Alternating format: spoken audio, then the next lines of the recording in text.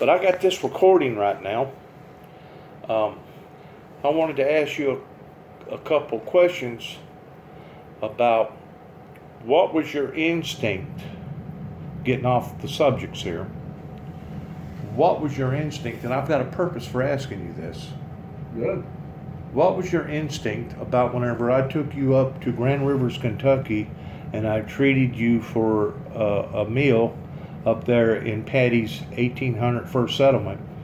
What was your instinct about meeting Chip? Oh, yeah. That was sitting there in coveralls that basically looked like any other old Joe off the street. Oh, hippie. What was your feeling about Grand Rivers in and of itself, the town? Well, I liked Grand Rivers. I mean, it was nice, but you know what? To be around a bunch of super privileged kids that aren't going to think twice about. Now, wait a minute. What are you talking about, super privileged kids? Well, the parents can afford boats. They can afford to have a Oh, campsite. you talking about it being a recreational area up towards Turtle Bay The people, the area, that setting. Well, it's very poor people. Well, very poor people.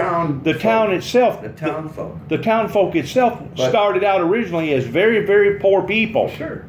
Very poor. I mean, I was impressed by an old hippie turning a half a mountain into a dead town into something that Was luxurious. is, Breathtaking. I want to say, like a Garden of Eden in the middle of a desert, because he has that Well, he started out with... motif and he built upon each one. Yeah. And he took the same principle of a golf cart, a miniature golf course, and turned his little area into an event at each little, like a different hole. And that's the part that I seen too. Yeah. As far as complimenting him. Well, he was like diverse. Very diverse. He wasn't just a chief cook, but he also owned Pickles up there in Paducah, which was a big nightclub. Okay. And then he owned the original restaurant called the Iron Kettle, is where he got that's where he sharpened his teeth at. That's whenever I become acquainted with him. Yeah. In the 80s, late 80s, up there. He'd already been up there for about 15 years and got, pretty well established towards who he was. Yeah. But that's whenever I donated to him a ship or a boat. Right. And then he opened up that other restaurant, and then he had a burnout, and then he had a second burnout. Right. And now he's rebuilt into what he's got now. Okay. So you got to compliment the guy. He has grown in leaps and bounds towards every move that he has made. I mean, to me, for as many years that he's had that business up there, it has had to turn such a triple the income profit per year for him to reinvest that way. And in what I've seen, the guy's got a gold mine.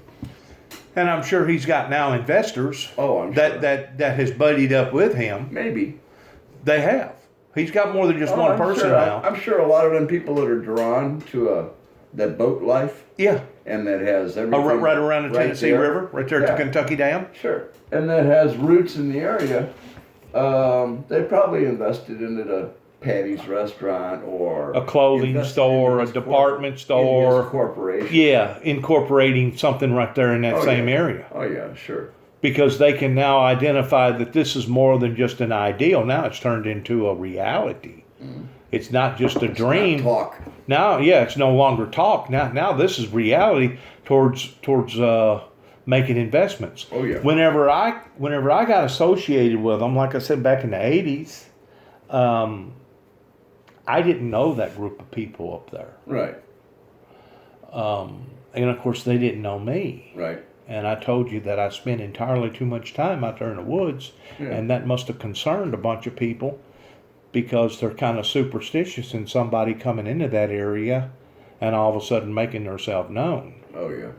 And I truly believe, and even Chip agreed to this, that it was a possibility that they used me for a playing tool,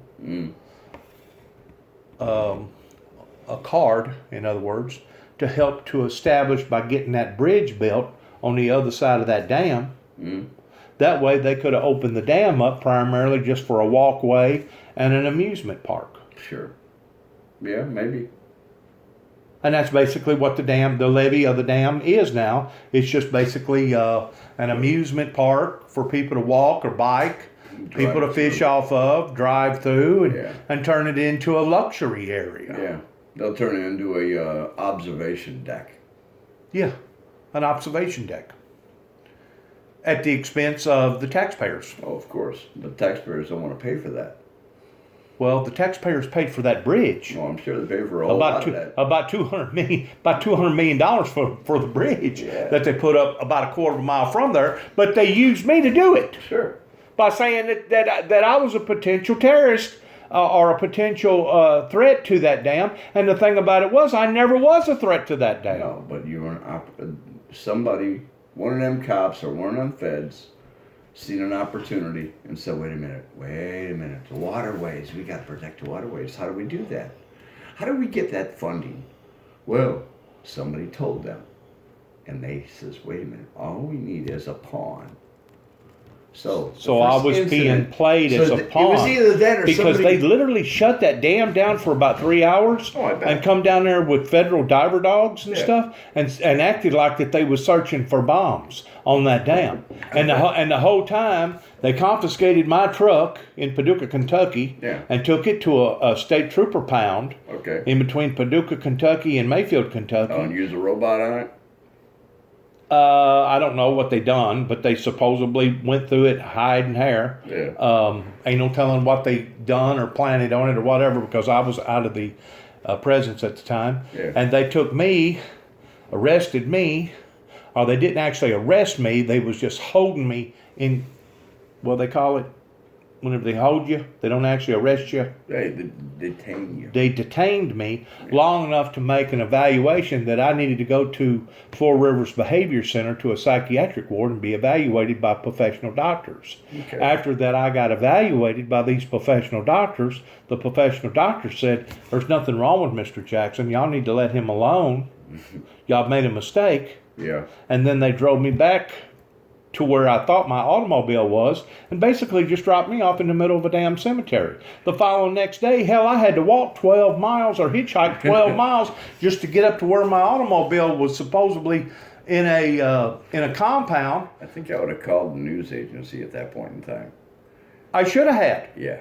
I should have had. Yeah. But I didn't know no better. I know. But anyways, we all say to ourselves the same thing, but then again, when we're in that situation, well, what are you thinking? Well, I'm thinking. Well, keep in mind, I'm startled. Yeah. Not to mention I'm startled. You've got everything that I've been falsely accused. I'm startled.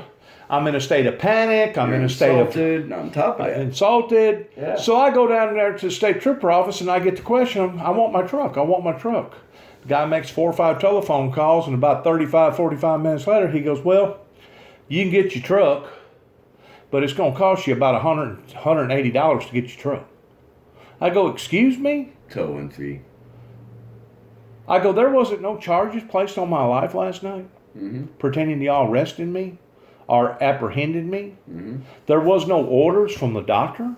And now you're telling me that I got to pay y'all for somebody that drove my automobile up here for y'all to go through it tooth and comb. And now you're telling me that I got to pay for this? That's the only way you're going to get your truck, Mr. Jackson." Yeah. So at that point in time, I knew that my hands was tied. Here I am from another state, from Tennessee. Yeah. I'm not from Kentucky. I don't have a Kentucky citizenship. Yeah. No matter what, you got to pony it up. I got to pony it up to get my truck out. Yeah. So I had to come up with almost $180. Yeah. That happened. They love to do that shit. Let me get my frame of thought right. That happened in 2007, about halfway into 2007, give or take about August, maybe September. Then they messed with me again in another little town that wasn't but about 30 miles from that little town, and the feds coming in, trying to implement me once more towards, do I have any intentions towards wanting to blow up the Kentucky Dam? And I'm thinking to myself, where is this coming from? Yeah. How come they got this ideal that I'm out to hurt the dam? The thing about it is, all I ever said in any of my paperwork that God had showed me that there was going to be major electrical disturbances to come. Well, guess what happened in 2009, which was basically a year and a half later. Where were you? I was, at the time, I was working at Clarksville, Tennessee. Yeah. Up here in right at next to Hopkinsville, Kentucky, just on the Kentucky-Tennessee state line. Yeah. And it come about a 2.5, 3-inch ice storm that if you would have drawn an invisible fence separating Tennessee from Kentucky, you couldn't have done it any better, because everything north of the Tennessee state line, they all got ice, and everything south got nothing but water. Yeah. In other words, the temperature was just right. Well, it shut them down. Yeah. It shut them down. So now I quit my job in Clarksville, working for a decent body shop. Yeah. Put everything in my storage and go up to Grand Rivers, Kentucky to help. Mm. Because it's a state of an emergency. The governor's done put out a state of emergency on about 80 different counties, or 70-something counties. And I'm up there helping whenever all of a sudden I get identified. After about the 4th or 5th day, working for the volunteer Kentucky Fire Department in Grand Rivers, Kentucky. Oh, yeah. And whenever they found out who I was, they run me out of town. Yeah. Completely out of town. Said, get out of here. We're going to have you arrested. Yeah. I said, you're kidding me. Here I have been up here. Because, and that was doing you a favor. Oh, yeah, that was doing me a favor. Because what would come next would have been the feds coming down and then detaining you then. And they don't detain the same way locals do. They're assholes. They're the ones that like to leave people off in the middle of the cornfield somewhere 150 miles away from where they picked them up at. And you get back home at your own expense. And they make sure you ain't got nothing in your pocket too. But they phone call? But they try to inconvenience. Oh, big time. Inconvenience that person one way or the other. They want to make sure that they get their message or their point across. Oh yeah. That this is your punishment. The fact that we was ever even called in on you to begin with. Mm-hmm. Yep. So now here I have been. Whenever the fire alarm goes off at 2 o'clock or 2:30 in the morning, towards a fire busting out or something going on, I had to get up with all the volunteer fire department, and I had to be suited up and out the door in less than 30 seconds. Right. And if you're not trained to do that, that's tough to do. Yeah, it is. I mean, before or and at the time, I was in a lot better shape than what I am now. Now, there would have been no way I could have done it. No. Towards jumping up, suiting up, putting on some clothes. Maybe a minute and a half. No, I couldn't do it now in probably 4 or 5 minutes. Because I got to give myself time to, my eyes time to readjust. Yeah. I got to give my body time to, I I can walk outside stripped off freaking bare ass naked in probably less than 30 seconds. Yeah, and be dressed in that overcoat and the jumpers and the boots and all. I can't be fully dressed in 30 seconds. No. I can run outside halfway naked in 30 seconds, but I can't be fully dressed. Yeah. Those firemen that does that, they have a tough job. Oh, yeah. You got to be in shape. Oh, I agree. So here I had been helping them for about 5 days. Yeah. And now they're kicking me out of town. Sure. So I go up on the other side of the ridge and keep going till I get over there to the Ohio River and look around. I'm thinking to myself, it's still a state of an emergency. All the power's out. Ice is still fumigated against all the trees. Most of the trees is down. Most all the power lines down. Well, I get up with a group of people over next to a church in Livingston County that acted like that they wanted my help. Okay. And I told them who I was. Mm-hmm. And I said, well, I'm here to do free humanitarian work, whatever that you need doing. So I helped a guy hooked up a generator that night that was supposedly associated with this church. He let me stay all night in the church that night, just basically pulled out a Baptist pallet and went to sleep. Sure. On the floor. Right. Just so happens they had propane, and with a little bit of electricity, they had heat. Good deal. The following next day, I helped them cut up a tree with a chainsaw. Mm-hmm. And by the time that afternoon hit, the Livingston County Sheriff's Department had heard about me where I was and drove 2 deputies out there to run me out of that area. Oh, yeah. And literally followed me completely out of Livingston County over into Paducah before they left me alone. All points Bolton. Ushered me out. All points Bolton. Ushered me out of Livingston Oh, County. yeah, I bet. They did. Drove right beside you or right alongside you? Yes, two sheriff deputies right in behind me. Oh, yeah. They wanted to make sure that I went over that bridge into that other county. Yeah. Yeah, escorted. Escorted. Yep. Well, in the meantime, I worked 3 or 4 days in Paducah. Couldn't find nothing going on over there that I felt comfortable in, and I wound up back in Mayfield, Kentucky, which is another county, Yeah. and there's where I landed for about a month doing free humanitarian volunteer work Yeah. with a outfit out of Atlanta, Georgia, that was with a crisis center. 2 big 18-wheelers that pulled up back to back and just started unloading and basically turned their 18-wheelers into nothing but a portable kitchen. And we was feeding about 5,000 in every city. And I was helping them clean up pots and pans and cook and throw away this and throw away that and make sure the tables had tablecloths and made sure the people had seating arrangements. And I stayed with them for about a month before they finally got the power up and going and they was no longer in a crisis. That's good. But in the meantime, at least you got a month out of it of peace and quiet. You didn't have to worry about the sheriff showing up whenever.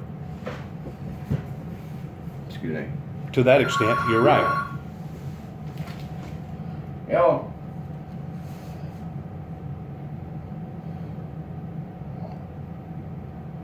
Yes.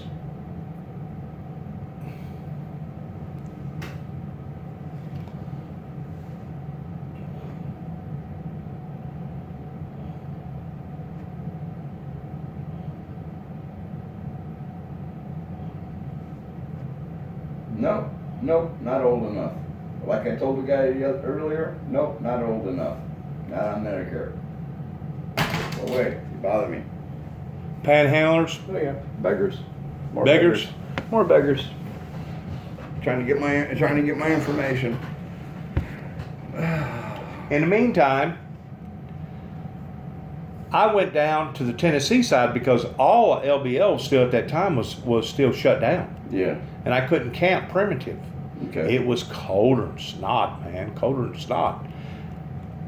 This is in 2009. Yeah. 2009. Appalachians. No, I'm still in land between the lakes. But now I'm on the Tennessee side. Okay. I'm over by Dover, over in that area. Yeah. Over in Joanne Bay and other types of areas over there. Suburbs. Well, the land between the lakes people, the authorities, they had already spotted me up there, but there wasn't nothing that they could do about me because at that time I had a primitive pass. And that primitive pass not only covers you in the state of Kentucky, but also covers you in the state of Tennessee. Right. If you get the season pass. And I did. I had the season pass, and they knew that I had the season pass because they'd already done stop and question me about what was I doing out there. Yeah. And as long as I didn't stay at one place no longer than 3 weeks at a time, 21 days, there wasn't nothing that they could do about me staying in the back of my truck, even though it was 20 below zero. Right. Exactly. If it was 20 below zero and I had the right type of clothing and the right type of heat, there wasn't nothing they could do about me staying out there and camping. No. So whenever I left from there, to tell you how that they was on me, I'm talking about really, really on me. The heat was on me to the point that they was following me around. At that time, I didn't know what I was going to do, so I wound up leaving the LBL area, and I wound up going up. By this time, it's probably February, mid-February. It's warmed up a little bit, not near as cold. So I go up towards Indianapolis, Indiana, the southern part of Indianapolis, Indiana, looking for some work, stopping at different body shops, asking them what was going on. Effingham. Of course, you keep in mind, in 2009, that was just right after the 2008 bubble burst happened, so the economy was shittier than shitty at that time. Gasoline was $3 and $4 a gallon. You know, and people was hurting. Oh yeah. Big time during that time.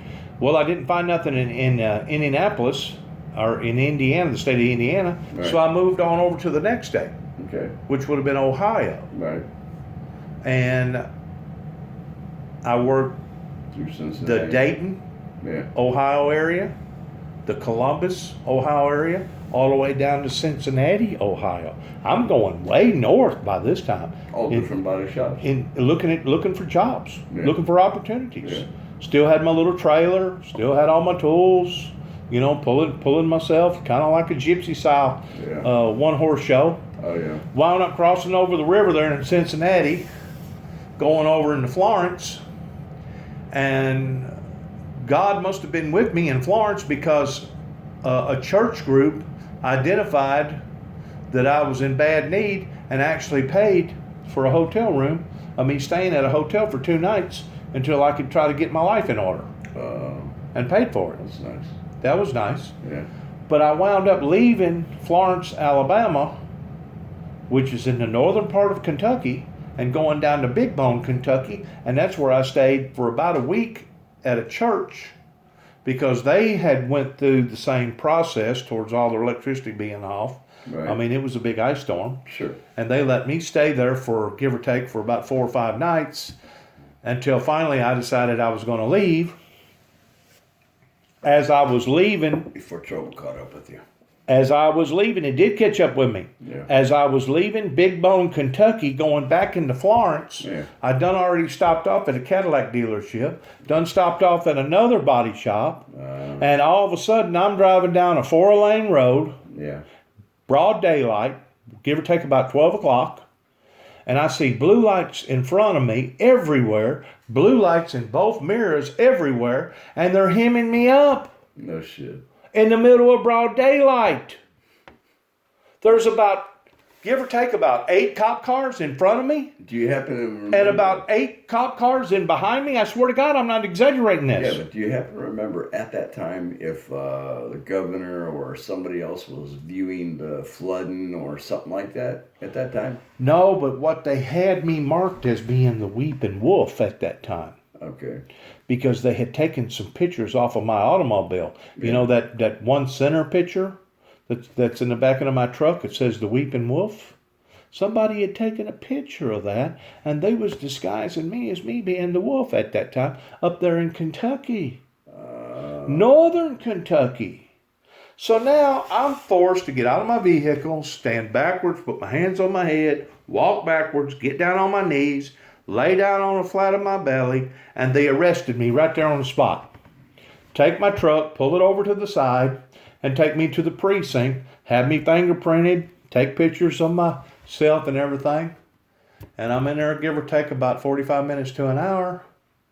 And I'm just sitting there going through the process, the booking process. Yeah. And all of a sudden, a deputy comes out there where I'm sitting at. He goes, "Take your shoes off." And I argued with him for a second. He said, "Just take your damn shoes off." So I took my shoes off. He goes, "Now take your socks off." Yeah.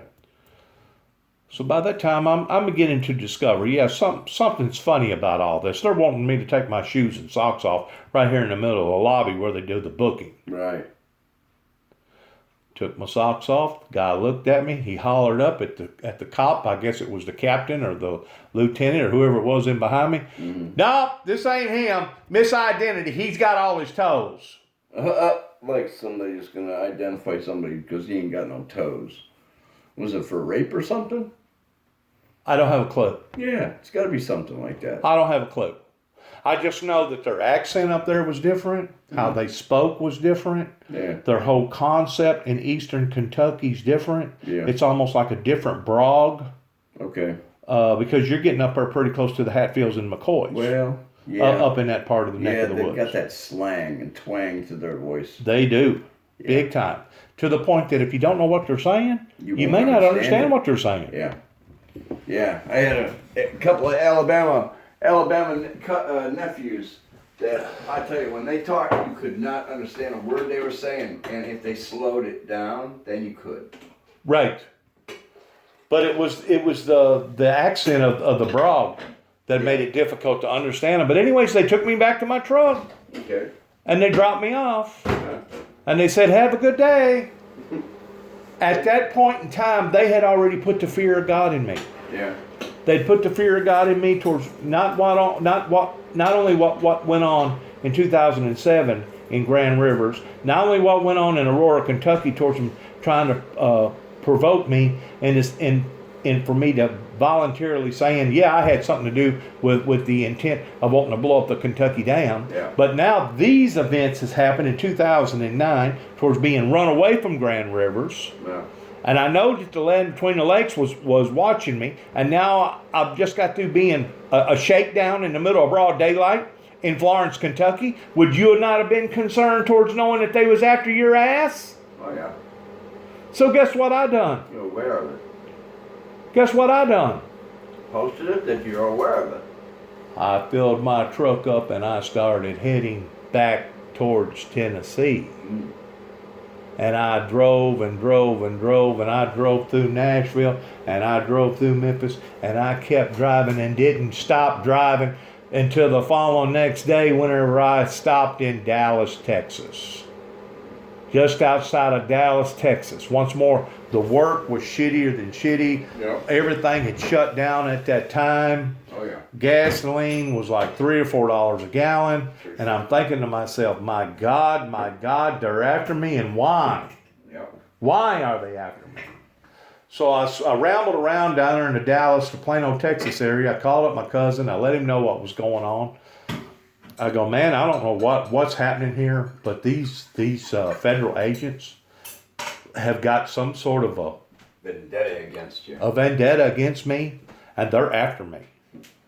So I wound up leaving Dallas along about the mid part of March. By this time, it's probably mid-March, latter part of March.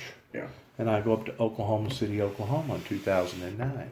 I go up by Edmond, start going to a big church, and am banded from that church after the first 24 hours because Homeland Security had put the word out, don't let him worship with none of you. Around any of you. Yeah. And then I went to another church and was banded from that church. They faxed it out to all of them, I bet. Uh-huh. So before it was all said and done with, I wound up getting lucky and I landed a job down there in Oklahoma City, Oklahoma. Yeah. In Norman, Body Oklahoma. shop. A body shop, which is give or take about 20 miles south of downtown Oklahoma City, Oklahoma. Okay.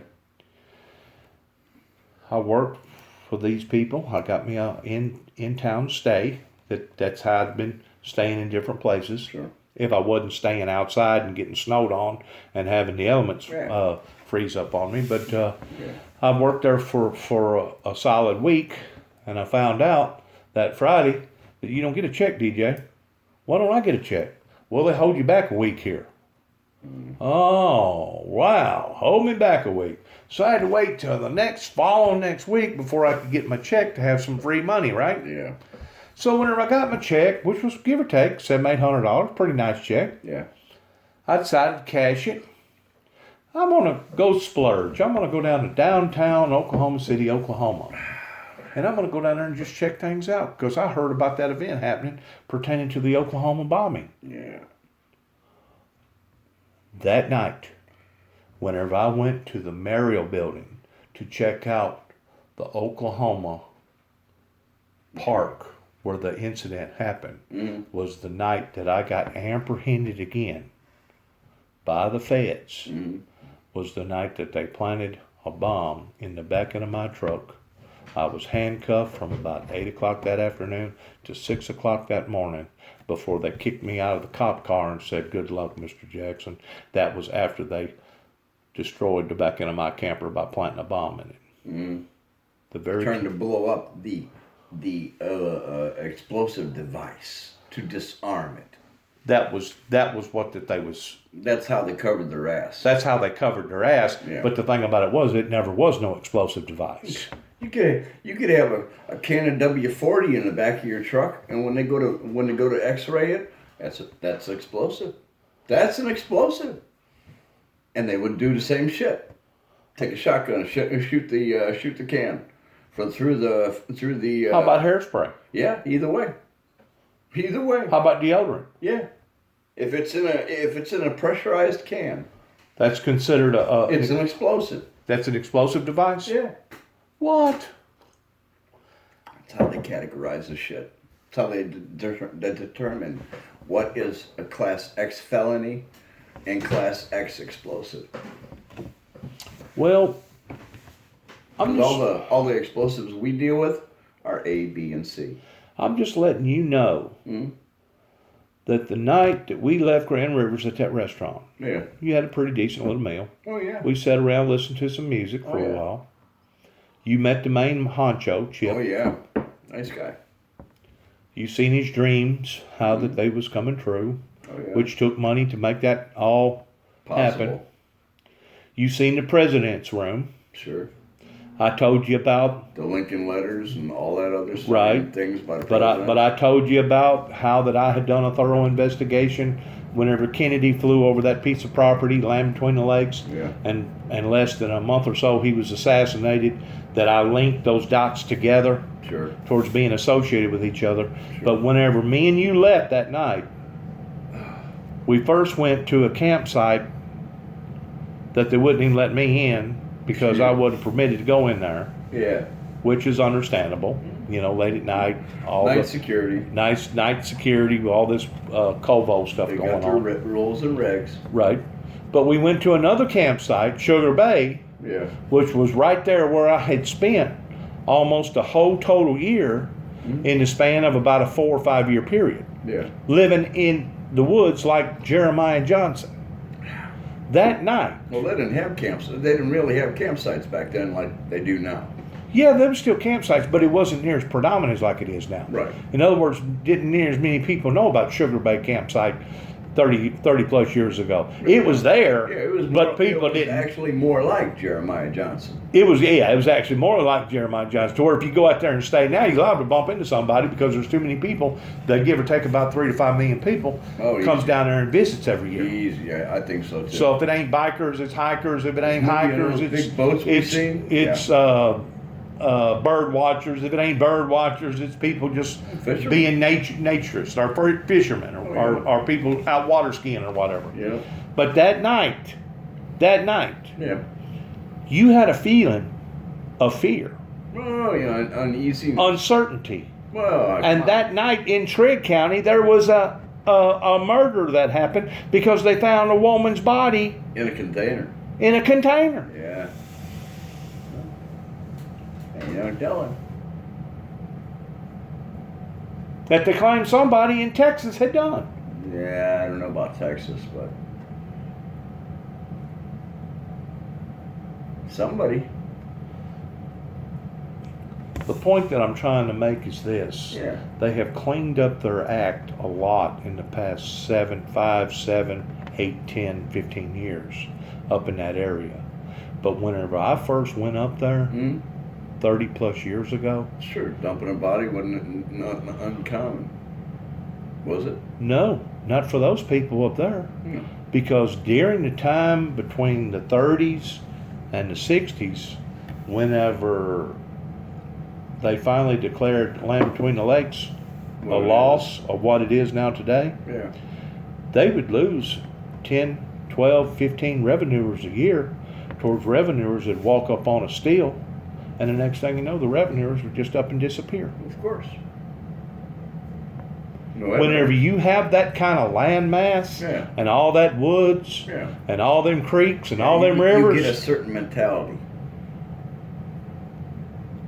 You get a certain mentality, and it's like, wait a minute, okay, if I let that guy live, I'm in for some hurt, and it just ain't gonna happen. well, it's 1,000 wonders that they didn't kill me. And I ain't talking about the local citizens. Yeah. I'm talking about The law. the law. Sure. It's 1,000 wonders that they didn't put me into a crate somewhere and let my body float down the Mississippi or float down the Tennessee River Sink and turn me into fish bait. Sink it. It's 1,000 wonders that they didn't. Yeah. True. I got off the phone a while ago with Sean, and I need to call him while I was telling him about all this stuff. My friend there outside of Kenton, Yeah. he had an electrician on top of his building that fell off the ladder while I was talking to him. Oh, well, shit. to give you an idea about how that this supernatural world is now affecting people that I associate with on a indirect level. A matter of fact, my niece stayed up all night long because some Arabs has moved into her backyard, and somebody took some sort of a laser and broke something, a picture frame or something, and she's basically hostage in her own house. A And laser? They're yeah, pointing a laser over there at her. yeah, that wound up busting something, tore something up. Maybe somebody shot a BB gun in there or something like that. Maybe, I don't know. But anyway, she's freaked out, and she's thinking it's because that she had rough feathers with Chrysler because of a bad mechanic problem. I said, Chrysler ain't going to be worried about you and any type of mechanical problem that you had with any type of an automobile. I said, if anybody's targeting you, Julie, it's because of the association that you have with me. Guilty by association. Maybe, yeah. No. Because you keep in mind, I was targeted by the Arabic community in the late 70s whenever they took my first wife. Yeah. The very man that's married to my wife right now is the president of the Pakistan Banking Association over in freaking Pakistan. Terrible. The president. You don't become the president of the Pakistan Banking Association unless your parents or somebody had a lot of influence. Yeah, that or they were born into it. A lot of influence. Born into it. A matter of fact, my son got contacted a few years ago before he wound up going to Denver, Colorado, that if he would have went out to the Middle East, he would have been treated like gold. But getting back to this right here, Sure. this horn. Something come upon to me there in Humboldt, Yeah. and I started blowing this. I only picked this up about 3 weeks ago Yeah. over there in McKenzie. And I ain't never blowed it, and I started blowing it, and I'd drive a half a block, and blowed it, and blowed it, and blowed it. Till finally I come up onto this place of business that sold old used clothes and stuff. Okay. And I go in there and start talking to some women, and a man comes in there. And when this man comes in there, it's the minister, He recognizes what that is. and he recognized what this was, and he preached on this Sunday. Oh, the black guy. The black guy, Sunday. Oh, good. Pertaining to how that one king will represent another king or identifying another king by the sound of the horn. Nah, true. And it also helps to drive evil spirits away, Right. and it also is used as a warning of evil spirits that's trying to approach. Okay. That's So- a foot. So what I'm fixing to do is go out there at my property, Yeah. and I'm fixing to step it off, and I'm fixing to blow this horn, and I'm fixing to dedicate. Too bad you couldn't. I'm fixing to dedicate that whole piece of property to God and to the Holy Spirit. That way, if anybody comes out there with any harmful, bad intent, the Holy Spirit will take care of them. Damn right. Damn right. They'll either get sick immediately by stepping on your property, or Something be bad. driven off in one shape, manner, or form. Something bad happened to them. Right. Now, the individual that come out there the other day, Friday, Yeah. he acted like, well, this was a fluke that I drove down this road Might and have just been. decided that I was going to Might have been. But stop off and talk to you, Mr. God's Jackson. intervention. Might have been God's But to intervention. me, it wasn't a fluke. No. And I let him know that. I said, this is not a fluke. No. I said, I'm like the primitive Baptist. Everything happens for a reason. What is to be will be, and if it wasn't meant to be, it won't be. And if it wasn't meant for you to come down here and me have about a 2-hour conversation with you, sir, this never would have happened Right. on a peaceful level, the way that we was professionally talking Sure. about the community by and large, about some of the things that he knew and some of the things that I knew. Right. Yeah. Exactly. But I wanted to interview you. It was preordained. Preordained. I wanted to interview you and get some Get sort my of a take. feeling Get my about take. what your feelings was whenever you was up in that area It wasn't fear. It was just unsettledness. Because at the time, I needed to take a dump. And I'm not going to go bare-assed and have somebody shine a light on me while I'm almost on a beach, or what was it, a boat launch? A boat launch. A boat launch, trying to take a dump. You know, with my drawers hanging around my ankles or whatever. And I was like, yeah. Then again, you know, I've always been a city boy. That was at least $250,000 boat out there. Actually, there was two of them out there. Well, there was one that right there, was probably right at a half. Right there, and that would be the only probably one. Right at a $500,000 boat. They kept it. I'm sure if anybody was on that boat, they heard our voices. Yeah. And that would get my curiosity up, and I would shine a light on somebody.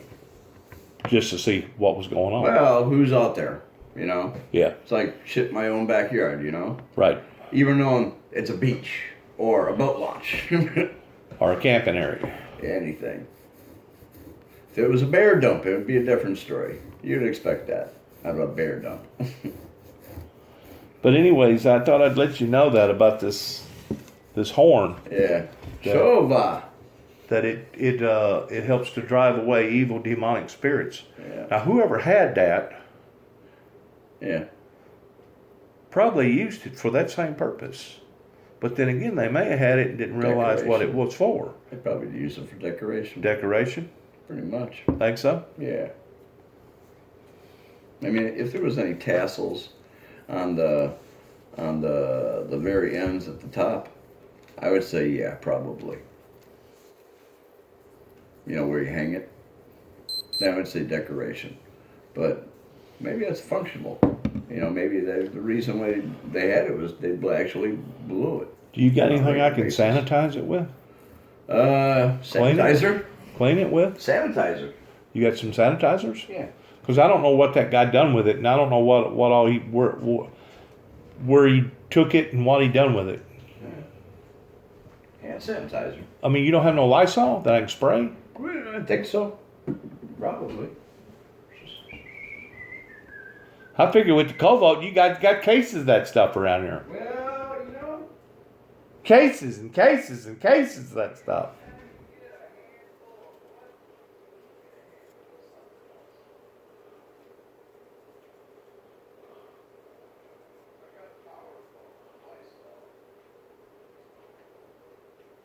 You got what? I got Power Foam Lysol. Power foam. Yeah, foam. Power foam Lysol. Power Foam Lysol. That means when you spray it, it's like scrubbing bubbles. Comes out like a foam. No. What'd they say? Oh Lord, it does, don't it? You got any paper towels? Yeah, give them to you. Woo-hoo-hoo. Well, you're awful chinchy with them.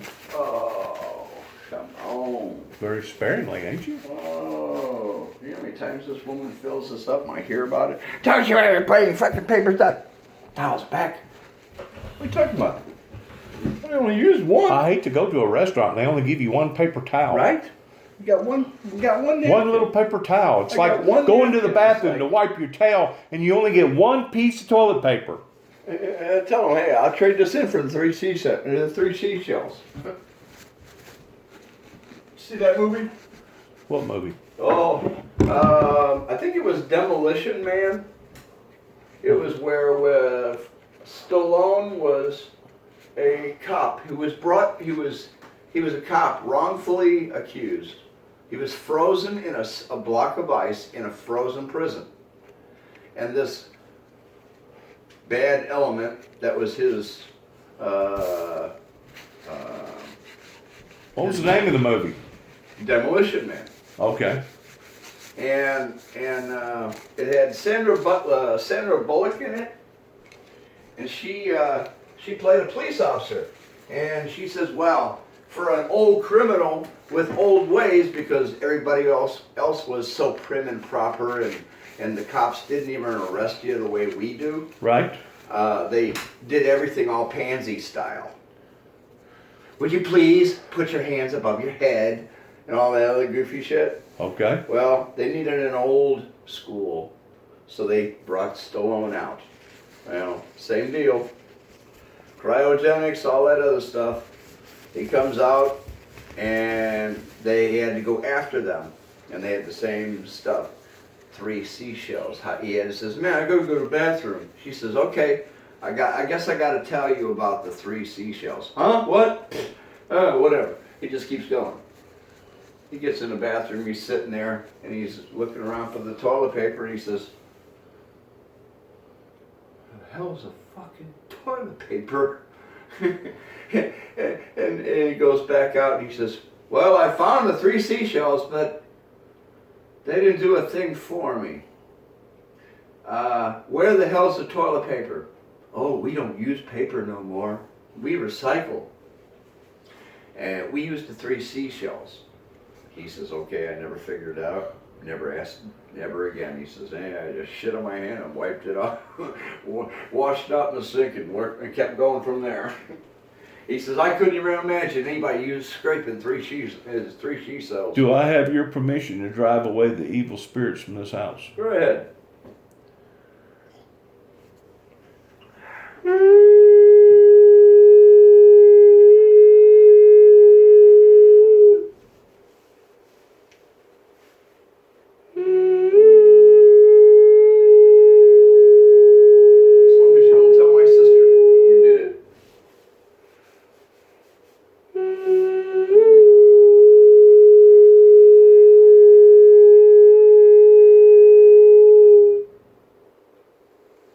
Let it be done in God's name. That'd be God's will. Hey, go out there and get those tennis shoes and see if you can wear them. See if you want them. They're right there on the floorboard of the passenger side of the vehicle. You need to get that. That could be for you.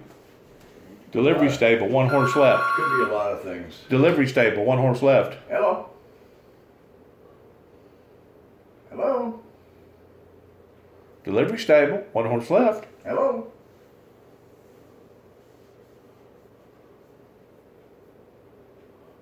Hi, Orthopedic Medical. I don't have Medicare. I don't need medical crap. Goodbye. Have a nice day. Dumbass. What's wrong with them? They all have accents. And they gives it away every single day.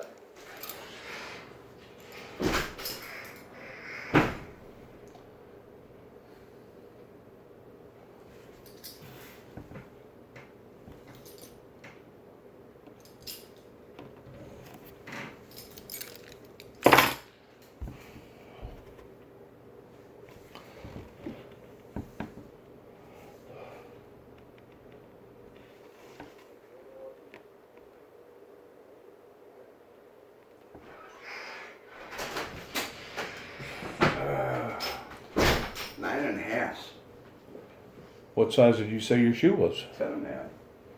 I thought you said it was 9.5. That's what I just said. These are 9.5. I thought you told me earlier that your shoe was 9 and that your foot was 9.5. 10.5. You said 9.5. No, 10.5. Okay. US 9.5. Well, I can't wear them. They're nice. You can't wear them neither, can you? I don't think so. They might be tight. Let's see. Oh, think Sheila could wear them? Maybe. No, she's got size 5 or 5.5. She's got little feet. She got little feet. I'm really shocked that she works as much as she does, especially being as heavy as she is. It's like, she stomps every time she moves. Oy.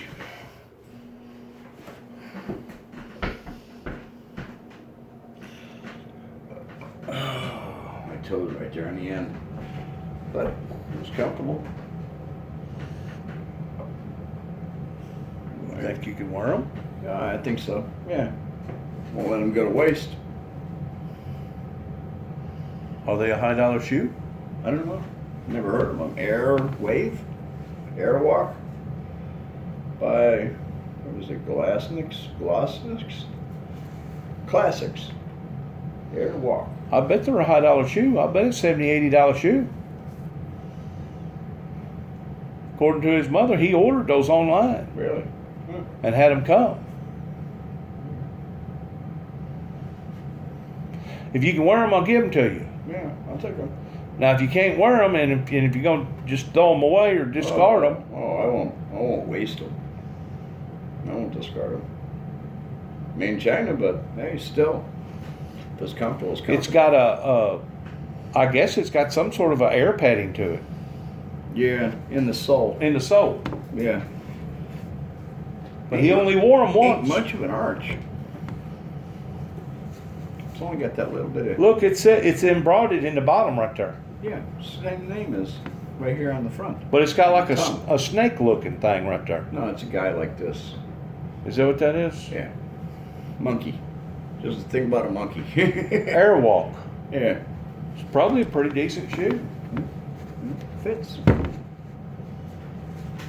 I didn't know if you had a decent pair of shoes to go out in the. Tomcatting around. I think you're a little old to do any tomcatting. That's a fact. A little gray in the tooth. All right, I just wanted to share that story with you and document it. I thank you for the shoes. What's your feelings about what we done out there? Oh, I like it. I think any vet coming by, I think you got your answer already about that. Yeah. With that gentleman that would come by. Yeah, he thanked me. He said it man, we appreciate appreciated. Yeah. And that he liked it and the way it looked good and however. Well, the thing about it is, these are my feelings. First of all, there's absolutely nothing that we cannot do in the exchange of what that they have already sacrificed and done for us to show our appreciation for our freedom and of their ultimate sacrifices that they made. Of course. But also, once I'm dead and gone, like I told you earlier, there'll probably be some people in the community that will look at that towards that this was Juby's way of bringing slander to various people in the neighborhood because we didn't stand up for Juby because of Bobby having post-traumatic stress disorder and nobody was willing to take up for the family. Even the individual that I'm telling you that come out there, Mr. Robert, come out there Friday, he talked about that. He said just about everybody beat their kids. Abused their kids during that era. Yeah. And it wasn't looked upon as being proud, but it was a hidden secret. Even in the church. And it's only till now that transparency is being brought out, not just about the family, the fundamental family fabric, but now the truth is coming out about all these freaking the incest and also the police brutality and how that these different precincts cover up their sins and you know their priesthood and everything else. Yeah, priesthood and everything else. Now everything is coming out of the woods. Yeah. About time. About time. About time. About time. Yeah. The more people that know that the sins were committed, the more people can be more educated and next time they decide to vote or whatever. But about time. One more other question I need to ask you about. Shoot. Do you think the President of the United States of America, our current president, Donald J. Trump, do you think that he was aware that there was bounties being placed upon to American soldiers by Mr. Putin going all the way back into the month of March? Do you think that he was aware of this and just decided to sweep it under the rug and pretend like he didn't know nothing was going on? Yeah, I think he knew. Of course he knew. He's a president. Other presidents are going to joke about shit like that and say, yeah, your guys over here in our country or your guys over here in Iraq, every single one of them, you know there's a bounty on every single one of them. Yeah, of course they knew. So does this make Donald J. Trump a traitor to the military? No. It don't. No. Does this make Donald? It's just hearsay. Does this make Donald J. Trump a traitor to his own country? Well, no, it don't. It just makes him a not to take other people's jokes and gestures lightly, especially when they're dealing with another president making joke of that. But whenever you're taking human life, no, he's not taking any human life. But Putin is ordering that, and Putin is giving the Taliban money for taking American life. Well, then there's our guilty party, not Trump. Then we need to go after the guilty party.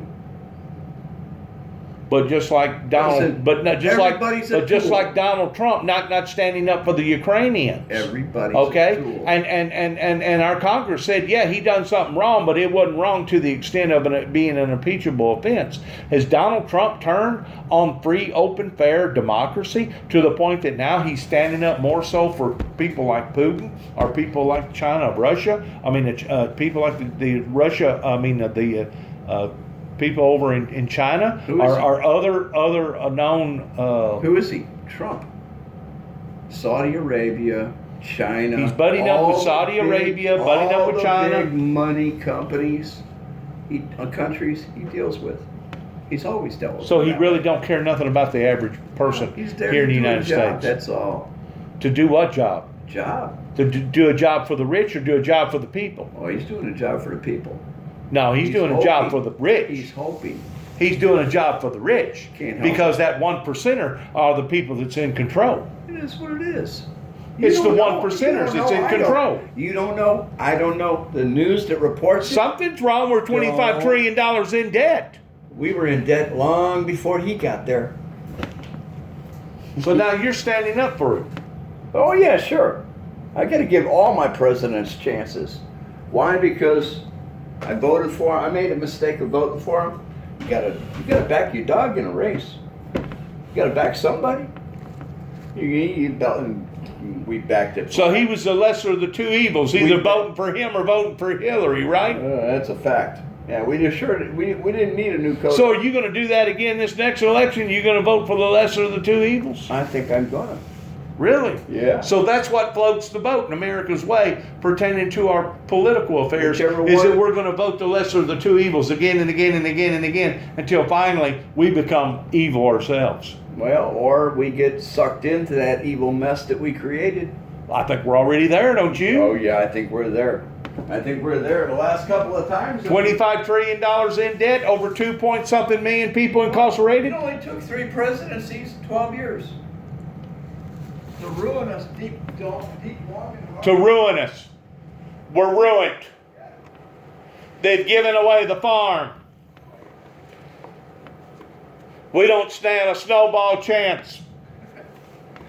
We can recover from it. We can. Sure. No, we can't. We get along. With this COVID now that's accelerating in various states, and all these other problems that's going on. It is what it is. People get out of control. Just like Grand Rivers. How many people did you see wearing masks out there on the boats? None. Yeah. and very seldom I seen a life jacket too. Yeah. People's breaking the laws every day, but Well, they do, but you know what? When they get comfortable in that little routine, we're creatures of habit. We keep going back to the same old thing that we know. And we just keep going back to that same routine. No matter how many times we deviate from it and it makes us fall, we just keep going back to it. So we just don't. like a dog going back to his vomit, Well, pretty much. That or a dog going back to a bone where he buried it. or a hog going back to his waller. Sure. Can't go home sometimes.